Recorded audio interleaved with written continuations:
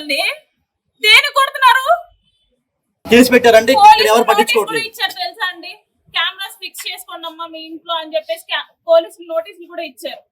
మా పనుల మీద మేము తిరుగుతున్నామండి. ఎవరిని ఏ హాని చేయాలని మా ఉద్దేశం కాదు.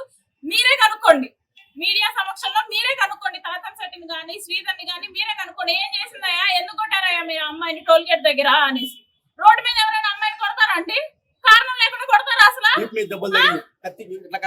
అంటే ఏంటి, ఇప్పుడు కోడూరులో తిరగలేదు, కొట్టాను కదా, రోడ్డు మీద కొట్టాను కదా, ఇంకా తిరగలేదు అనేసి తిరిగి చూపిస్తా. కేసు నెగ్గేంత వరకు చూపిస్తా. తప్పు చేసినోడు తిరుగుతున్నాడు, నాకేం భయం?